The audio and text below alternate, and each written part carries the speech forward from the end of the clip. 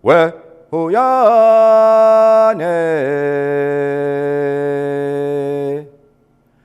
왜 호야네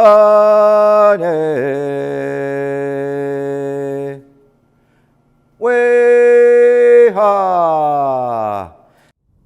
On a previous trip, when we were speaking, you lent me a book about Martin Luther King. Yes.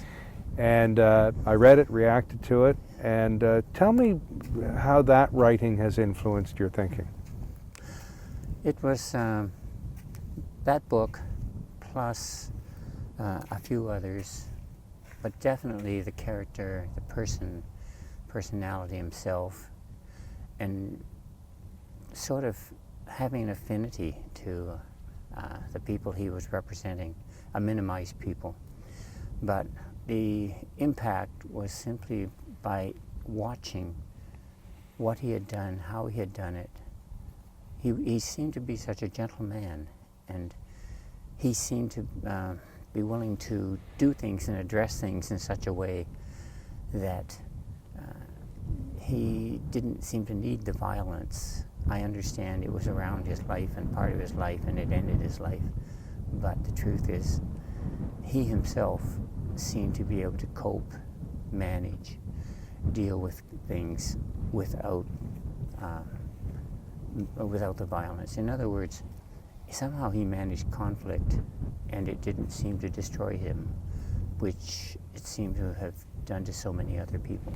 And he could have preached, he could have taught, he could have led a quiet academic life, but he chose, as was evident in the book you lent me, he chose to go right to where there was violence or conflict and try to resolve it peacefully.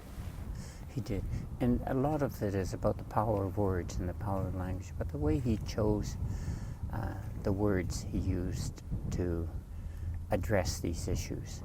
He didn't hesitate to talk about love. He didn't hesitate to talk about poverty.